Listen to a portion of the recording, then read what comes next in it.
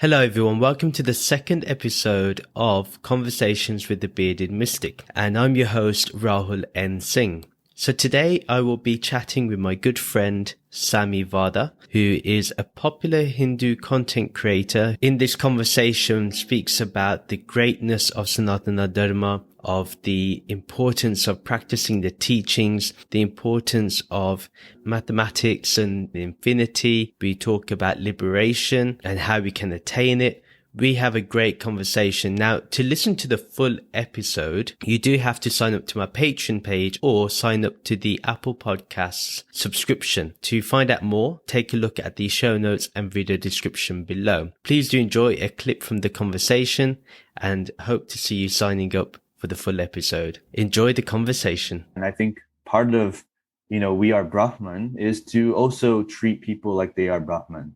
And to be accommodating and treat them like God and make them feel like part of something and appreciation. Yes. And we don't have the same resources. There isn't a massive community, especially in my city, but there has to be something. And so to me, that is where so I think there's a lot of passion, but there's not a lot of direction. Well, you mentioned something about it being online, and there's no excuse. Yeah, you're right. You're right. There's no excuse. But you're saying there's no direction. Well, I was gonna say, there's no direction. And I think this is a beautiful thing. One of the things is that Dharma is all about a spiritual method. I would always say Hinduism is not a religion; it's a spiritual framework. It's a spiritual method. It's a method to develop and craft your own spirituality, and so it comes off differently for everyone. I don't think that's a barrier, though. I think that's actually a uniting factor. I think we can all come together and still worship the Supreme. Yes. And so, but I think that there has to be one of the projects that I have, and once July starts, I'm going to be doing this, and maybe I can promote it right here. I have a Discord. We're going to call it the Sanatani Samaj. We'll come up with a better name eventually. If you have any name ideas, please DM them to me. I'm going to do something called Sanatani Samaj, where every day, and we're going to as a pant, we can call it a pant. We are going to pray together. We all get on Discord. We're all Rishi does this too. We'll make a true community of homies, and because that's what bhakti is all about. Bhakti is not just about what is supreme; it's to each other. Yes. And that's what samya means. Samaj. It's a satsang. Satsang means the coming together of souls. So there is that sense of oneness with each other. But so we come in, we do some prayers, maybe on Friday nights, not so much religious related. We just play games, board games. There's Jackbox online on a Friday night if we're bored. If you want to have some friends, we can come together and do that. I have so many ideas that are beaming. And so I want to be able to give that meaningful community for people. And then in the Discord itself, people can be asking questions. And when there's a community of people, then at least there's bound to be someone who's there to be there to philosophize. If they don't know the answer, because Hindu is not even about knowing the answer. Exactly. It's about thinking about the answer, philosophizing at the very least. We can still do that. And so there's something there that can always sustain someone's curiosity and sustain someone's practice and commitment to Dharma. And to me, I was this is so easy, but there's just no one has taken action. And even when I do it, I'm limited, right? I work in a law firm, and I'm working, and I'm going to school or I'm taking classes as a paralegal. So my time isn't always there in a perfect world, I could be doing this full time. That would be beautiful. And maybe we can get there. That's the dream. But right now I can't. And so the resources are just limited. But what I will say is that the potentiality is 1,000% there.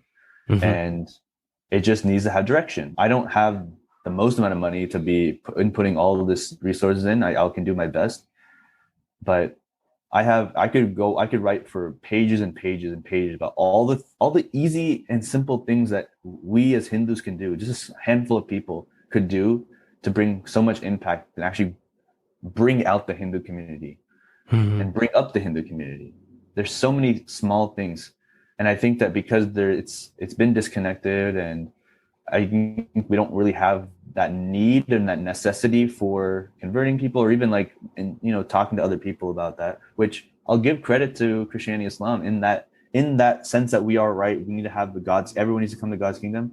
that's always on their mind and on their consciousness is, I'm going to help out my fellow neighbor answer his questions. And I'm going to try to convert this person. And I don't think the attitude is necessarily healthy. I really don't.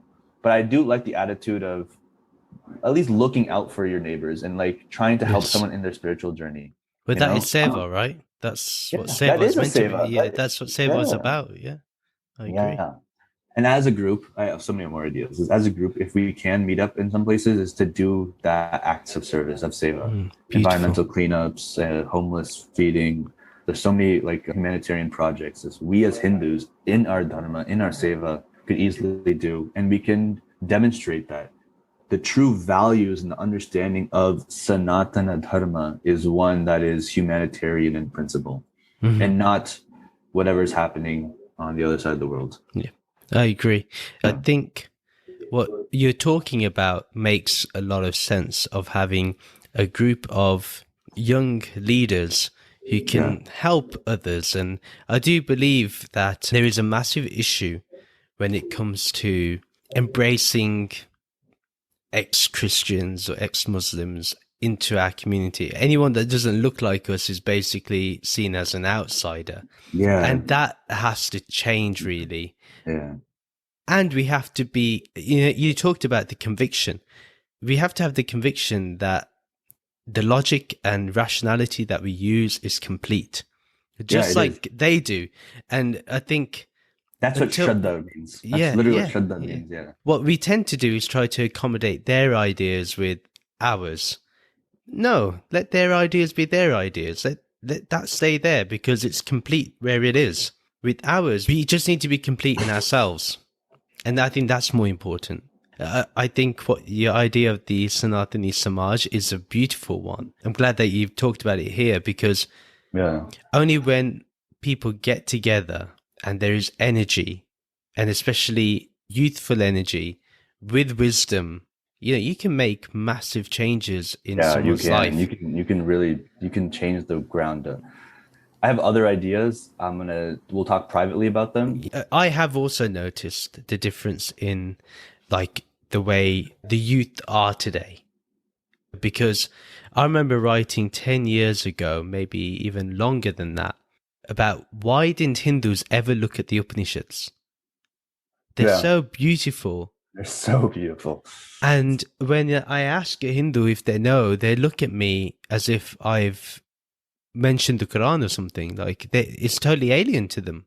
They don't know. And I'm like, how do you not know? And what's crazy is, no offense, but a lot of the Hindu kids back then, 10 years ago, white people knew more about our text than we did. Like, they knew about they had translated the Ashtavakra Gita, for God's sake. And, Oh my God. You know what's so funny? I had this thought yesterday. So yesterday I came across a video of the St. James. It was like from 2009. So these kids are probably much older now. But there was like these young white kids from the St. James School in London. And they learned Sanskrit there. Oh, wow. And it's like, and then they would say it and then they would chant the meaning of it. And I'm like, this is, as kids, we've never even done anything remotely close to this. They have a far better way of understanding Hinduism than we do, than my generation of kids in Chinmaya Mission. But they would say, I can't remember, or I don't even know where it comes from. That's how more they know than me. But the meaning was, I am the roots and I am the tree. My consciousness is the roots. My consciousness is the roots, and my legs are the branches. It's like, I was like, don't know. I was thinking about the meaning as they were saying it, but I was just more like, this is how it should be taught, because the perplexing matter of it that gets you to think about it is right there in front of you.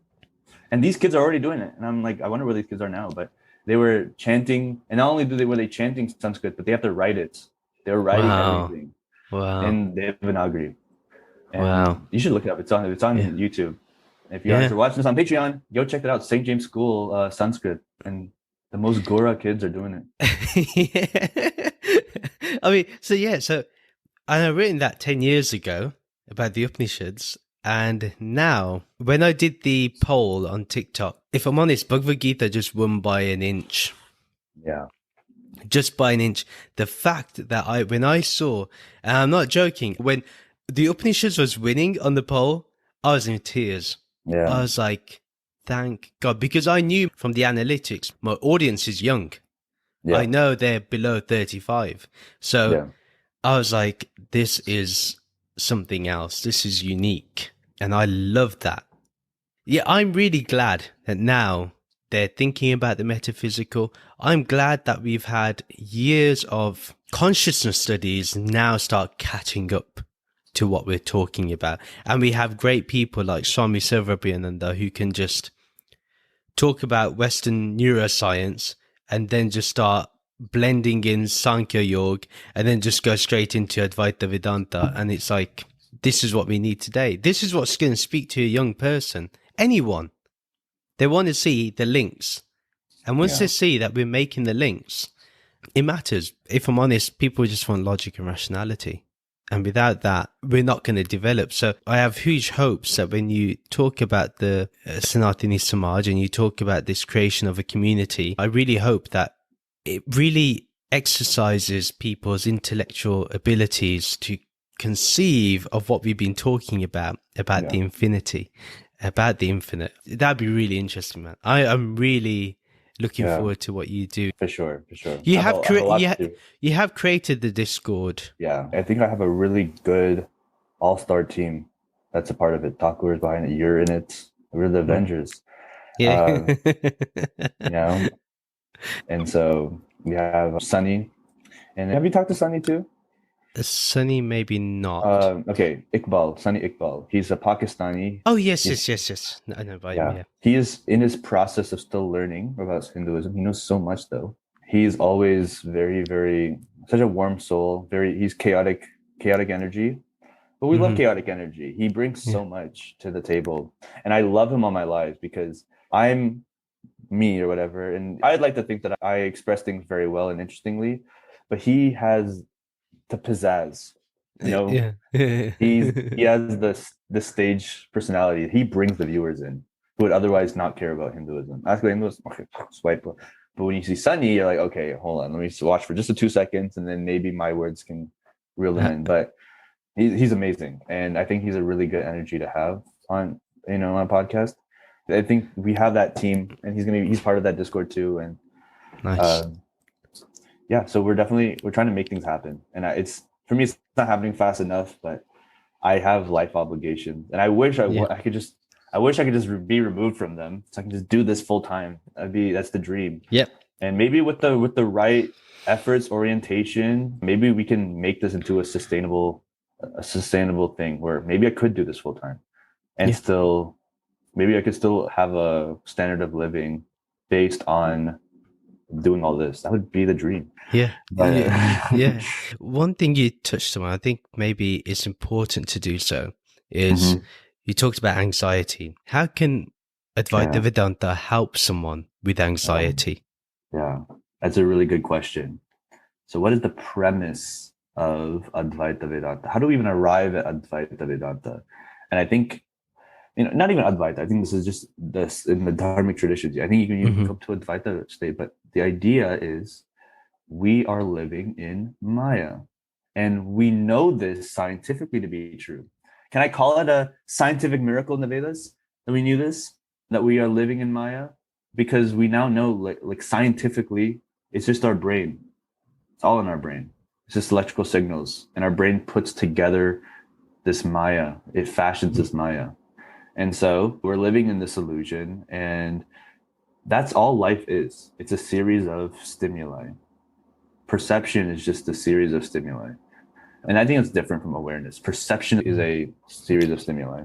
And because of that, when one is overstimulated, that's quite precisely the definition of anxiety is the feeling of overstimulation.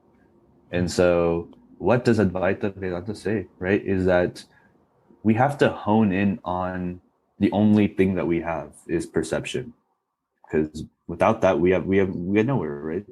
And so there's so many practices in the Bhagavad Gita. Bhagavad Gita very much describes different types of meditation and things that are used by people secularly all the time. I mean, there's different forms of meditation, and I'm not meditating every day. I'm really not. Maybe I should. But there's the idea of scanning, why do we scan? And I remember doing this in Chiang Mai mission. Oh yeah, we did do this in Chiang Mai mission. So I remember we went to camp, and one of the things we talked about was going through this journey in your brain, in your body. I mean, be the consciousness. You are going down your body. You're going to your arms. You're exploring your fingers. You're coming down this way. You were the dot here. You're going down to your legs. I remember. Oh man, that was 8 years old. I was like 8 or 9. I was in 4th grade. This all just came back. That's crazy. I just had a brand new memory. But yeah, I remember doing that. The reason why we're doing that is that we are truly trying to just think about sense for a second. Sense. Think about sense. Close your eyes. Kind of let's focus. Let's hold on in a little bit. And just trying to scan the body. How are you feeling up here? Feel the weight. Feel you falling. Feel, we're lying on a mat, and feel the mat itself, your weight falling on the mat. Move down to the chest. Let's detour over to the right shoulder and feel how that is. How is that right shoulder feeling? What is that connection of muscles between your chest and to your shoulder and to your arms? Kind of feel that area around. Now let's come over to the left side. Feel that shoulder, feel those arms around. And so we are trying to make the scan happen and recognize the senses. And then you move down to the feet and feel your toes for a little bit. And then you come back up to your brain. And you do that for as long as you need to. So for just a minute, you forget what's up in here, and and one of the things they say when you have a panic attack, which I don't think I've ever experienced. I saw someone do it, and I've seen people talk about ground yourself, look at a clock, look at the walls. You're trying to remember. You're stop being in here and start observing the Maya, and that's what it's all about. And the fake non-dualists, I'll never tell you this, is to work on the Maya. So when you deal with anxiety, it's to just remember that we're just awareness. We're just awareness. So just aware for a little bit. Just aware for a little bit and remember what you are. Because overthinking usually at the end of the day, and even there's obviously serious things we can debate, but if we were just to zoom out of all of it and think of it in the most enlightened perspective, it's all meaningless. It's just a play. And we should never take life too seriously. And not to say that certain things are serious, it's obviously they are, but we have to be understanding of what that is. Yeah, I agree. We can't dismiss what other people experience with anxiety or depression, but there are methods that can help people. And I think, it's about understanding those mindful methods. Yeah. Which is interesting. And what's interesting is that you rediscovered a memory that you had. Yeah, I did literally on the spot. Oh my God. I was like, yeah. That's crazy what that is. I think those yogic practices, I guess they are being taught.